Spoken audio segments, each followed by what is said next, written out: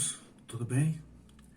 Estou muito alegre, né, estar junto com os irmãos, mesmo que assim, da forma que está sendo, certo? Porque não paramos ainda, continuamos na ativa ainda, buscando ao Senhor de todas as maneiras, através da leitura da palavra, através da oração, e espero que os irmãos também estejam tendo essa compreensão e essa busca para que o fogo do Espírito não se apague em nós, para que não venhamos a ficar desapercebidos mediante a tudo que está acontecendo. Eu acredito que tudo isso esteja dentro do centro da vontade de Deus. E se está no centro da vontade de Deus, nós temos o quê? Que aceitar e entender qual o propósito de tudo isso para as nossas vidas como cristão. Se uma vez que nós acreditamos que tudo parte da vontade de Deus. Amém? E hoje a gente vai estar entrando na quinta aula, cujo título é Ame a Deus e ame seu próximo, e ame o próximo.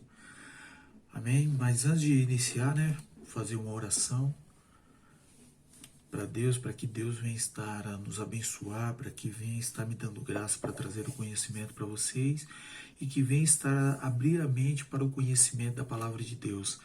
Amém? Deus santo, poderoso e tremendo, é diante da vossa presença que nos colocamos para poder louvar, adorar e exaltar a teu santo nome e te dizer, ó Pai, o quanto somos gratos por tudo quanto o Senhor tem feito, que a chama do teu Espírito não se apague sobre nós. Que, ó Pai, a tua glória esteja sobre as nossas casas, sobre as nossas famílias, Deus. Que a tua igreja ainda continue viva, no nome de Jesus, Pai. Que não venha ser eu a dar essa aula neste momento, mas sim o teu Santo Espírito. E que todos quantos estejam acompanhando, assistindo esse vídeo, que possam ser abençoados pelo Senhor. Eu te peço em nome de Jesus. Amém. Vamos lá, irmãos. O nosso texto áureo, ele se encontra em João 15:12, que fala: o meu mandamento é este, que vos ameis uns aos outros, assim como eu vos amei. Na nossa lição, ela nos traz uma pergunta que é bastante comentada no nosso meio. Afinal, Jesus, ele veio para cumprir ou ele veio para negar as leis? Qual o objetivo de Cristo? Vamos lá, analisando, né, todo o contexto. Jesus, ele foi o quê? Foi um judeu genuíno. Nós podemos ver que desde o seu nascimento, né, nas poucas etapas que nós vemos falando de Jesus, nós vemos ele sendo apresentado no templo. Acredito eu que pelo fato dos seus pais serem judeus e seguir as tradições, nós vemos também ele indo para as festas que o povo comemorava segundo a vontade de Deus. Né? Ele vai para Jerusalém, lá onde os pais dele perdem ele. Como na aula passada eu falei, né, sobre ele estar discutindo lá com os escribas, com os doutores da lei. Né? Tudo isso é um cumprimento das leis judaicas da época, certo? Então, nós acreditamos que Jesus, ele por ser um judeu e por ser filho do Deus vivo, porque a palavra de Deus, lá em Mateus 5:17, né, 5, do 17 ao 20, lá vem falando o quê? Cristo, ele vem nos falando que nenhum tio seria mudado das Escrituras, que a lei não seria mudada até que elas fossem cumpridas. Jesus, ele veio o quê? Ele veio para poder cumprir essas leis. Se Jesus, ele tivesse falhado no cumprimento dessas leis, elas seriam válidas para nós até o dia de hoje. Mas como Jesus, ele foi fiel e conseguiu cumprir tudo que estava dentro da lei, então nós não respondemos mais à lei, mas a partir desse momento, pela fé, pelo ato da fé no nosso Senhor Jesus Cristo, que se tornou o elo entre nós e Deus. Antigamente, o que tornava o elo entre o homem e Deus era o que? Eram as leis. Hoje em dia, por conta de Jesus, o que tornou-se elo para nós é o que? A nossa fé em Cristo. Tá? Então, Jesus, ele vem cumprindo a lei na sua primeira vinda. E Jesus claramente, né, aboliu claramente aspectos cerimoniais e tipológicos da lei, não a destruindo, mas as cumprindo, né? Como eu já havia falado, que Jesus ele veio cumprir. Então, algumas coisas que estavam atreladas à lei, elas já não são mais válidas, igual a circuncisão. A circuncisão hoje não há mais necessidade, porque, igual o apóstolo Paulo nos fala, que a circuncisão está onde? Está dentro do nosso coração. E o que era a circuncisão? A circuncisão foi um elo que uniu Abraão a Deus. Então, Abraão, ele, em uma forma de elo entre Deus e ele, né, isso daí foi feito, essa circuncisão. Então, todos aqueles que nasciam do povo hebreu, eles faziam um elo com Deus através da circuncisão. E por que Deus ele institui a lei? No Antigo Testamento era a única forma do homem seguir a Deus. Sem ela, logo o homem se desviaria do não sem ela, logo o homem se desviava para o mal. A lei era algo que, vamos dizer assim, que um limitador para o homem. Ela fazia com que o homem entendesse como ele deveria andar, como ele deveria agir com Deus. Sem a lei, o homem ele andava perdido. Ou seja, o homem não teria um limite a ser traçado. Igual a Deus, a tudo colocou um limite. Na criação de todas as coisas, ele olhou para o mar e falou: mar, você só vai vir até aqui. Ou seja, da areia da praia ele não pode ultrapassar. A lei é a mesma coisa, a lei é um limite que foi estabelecido por Deus. E o apóstolo Paulo, em Gálatas 3:25, ele vem falando que ela serviu para nos conduzir até Jesus. Então a lei, ela foi válida até Jesus, ou seja, ela apontava para o nosso Senhor Jesus Cristo. Enquanto ela apontava para o Senhor Jesus Cristo, nós tínhamos ideia de como deveríamos andar. A partir do momento, assim como eu falei anteriormente, a partir do momento que Cristo vem, que ele cumpre toda a lei, nós já passamos a viver pela fé no nosso Senhor Jesus Cristo.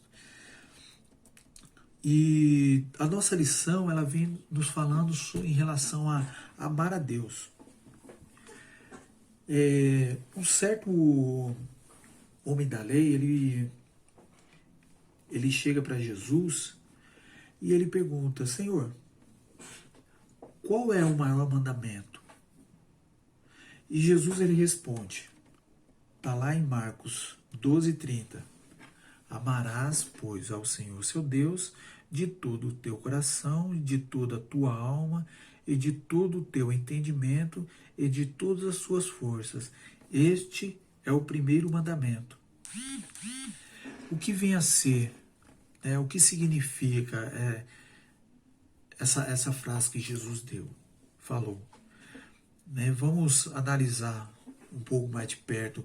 Igual Jesus ele fala de todo o teu coração. O que quer dizer isso? De todo o seu coração, quando nós falamos as coisas relacionadas ao coração, nós falamos sobre sentimentos. Ou seja, a nossa alegria ela tem que estar atrelada a Deus. A nossa paz tem que vir de Deus. Se nós nos sentimos inquietos, nós buscamos a paz aonde? Nós buscamos a paz em Deus. Se nós estamos tristes, nós temos que ter a fé em Deus de que uma hora nós sairemos dessa situação e a alegria voltará a reinar sobre nós. Então, quando Cristo ele fala isso, ele fala para que nós venhamos a colocar os nossos sentimentos, o nosso coração em Deus, acreditar em Deus com os nossos sentimentos. Quando ele fala sobre a alma, ele fala sobre a nossa personalidade, a nossa identidade. Algo que hoje em dia, eu confesso para os irmãos que os cristãos têm perdido a sua identidade como crentes. Não sabem mais como seguir. Até esses dias eu estava até comentando que assim, a nossa fé ela vem da onde? ela está baseada na palavra.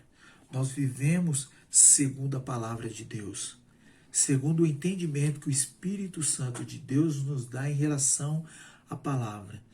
E aí, o que acontece? Hoje em dia, o mundanismo tem começado a entrar dentro das nossas igrejas e tem começado a ditar como nós cristãos devemos seguir, quando na realidade nós deveríamos olhar as Escrituras e ter como base de vida as Escrituras. Então, quando Cristo ele fala que nós devemos amar a Deus com o que somos, nós devemos ter esse entendimento de quem somos. Nós somos o quê? Nós somos cristãos, nós somos servos do Deus Altíssimo. E Ele estabeleceu, nos chamou para quê? Para que nós fôssemos luz para o mundo, que nós viéssemos a ensinar o mundo como deveria se seguir e deveria agir para com Deus, e não ao inverso. Não o mundo ditar para nós com a forma que nós deveríamos viver. Bem, então, Cristo ele fala sobre isso. Quando ele fala sobre o entendimento, aí ele já fala de uma forma mais intelectual, aonde você, através do estudo, através da leitura da palavra, você consegue ter um compreendimento do que Deus ele realmente quer. Cristo, a todo momento, ele o que? Nós vemos ele baseado dentro das Escrituras. Nós vemos ele pregando tudo aquilo que os profetas anteriores haviam falado, sendo inspirados por Deus. Então, Cristo ele dá o quê? Ele dá validade a tudo aquilo que está se passando. O apóstolo Paulo, da mesma forma, o apóstolo Paulo ele vem validando tudo aquilo que tudo aquilo que os profetas anteriores falaram. Entendem? Então, assim, com todo o entendimento, quando Cristo ele fala isso, está atrelado a isso, né? A nossa sabedoria, a busca. Então, nós temos que, de uma forma pensativa, de uma forma racional, buscar a Deus. Com todas as nossas forças. Quando Cristo ele fala em relação à nossa força, ele está falando sobre a nossa capacidade física. Né, a gente empreender um esforço físico para poder estar fazendo a vontade de Deus e estar fazendo o querer de Deus.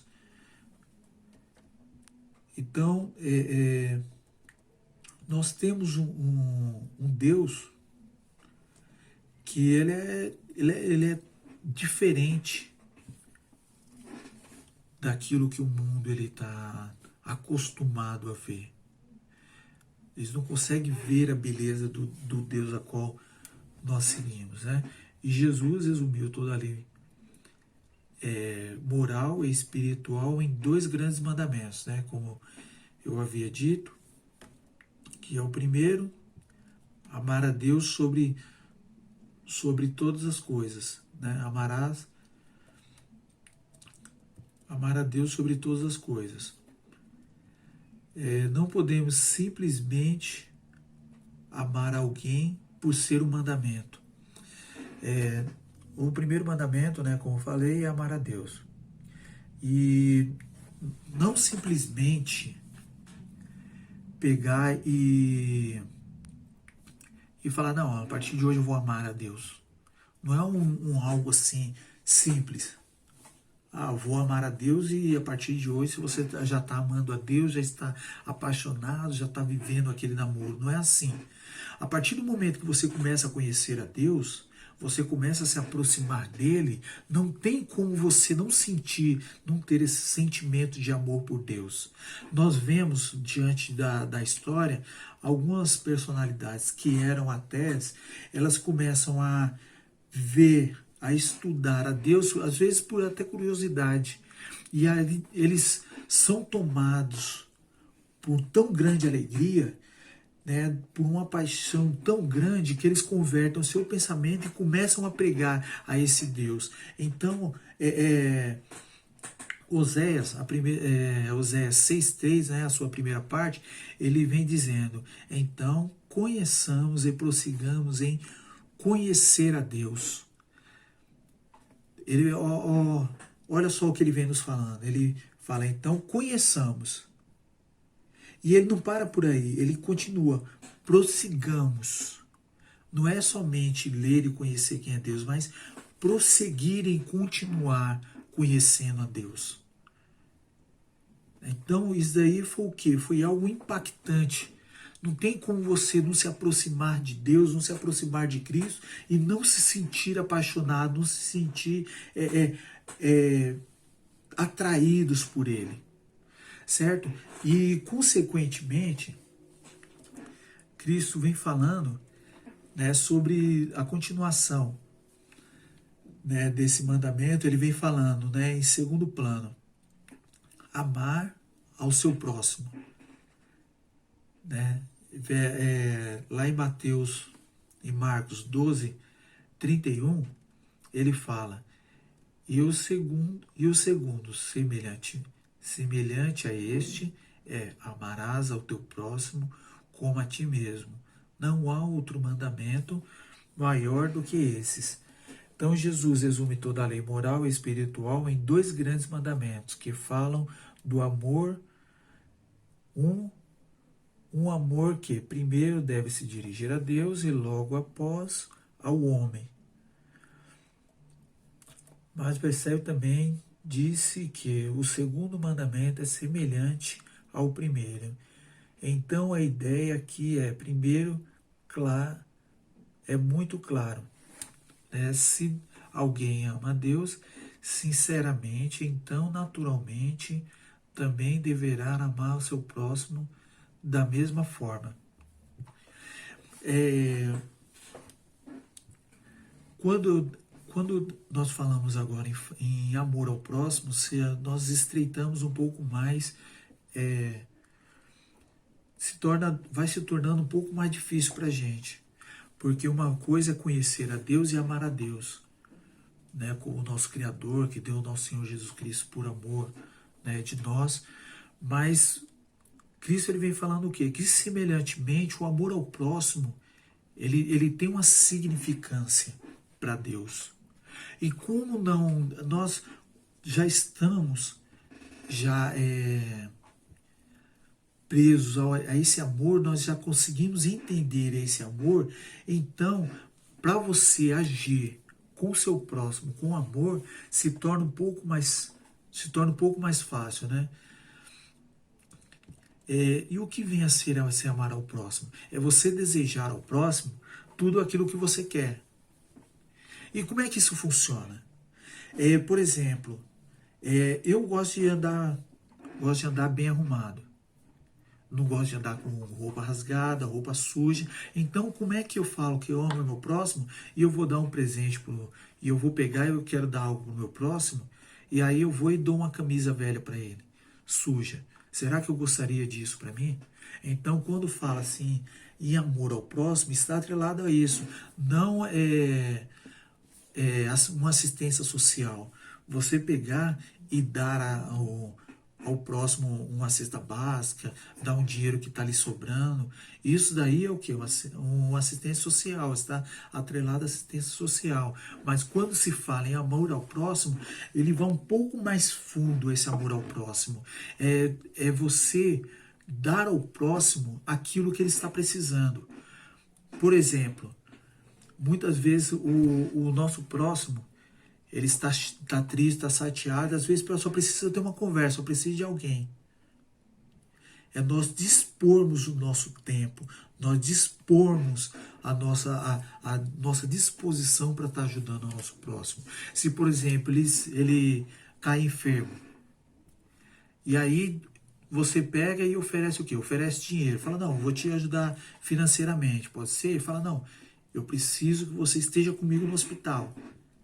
E aí você fala, não, no hospital não dá. Sabe, é esse tipo de amor que Deus ele espera de nós. Que o nosso irmão caiu enfermo, não, irmão, você precisa o quê? Que ele esteja lá com você, você ir para um hospital, você dispor tempo de ficar com ele, de segurar a mão dele ali e dizer, você não está só. Isso daí quer dizer. E a nossa lição também vem falando sobre amar ao nosso próximo como Cristo amou a igreja. É algo difícil. né? Porque imagina, Cristo ele fez o quê? Ele deu a sua própria vida por amor de nós, para que nós viéssemos a ter vida.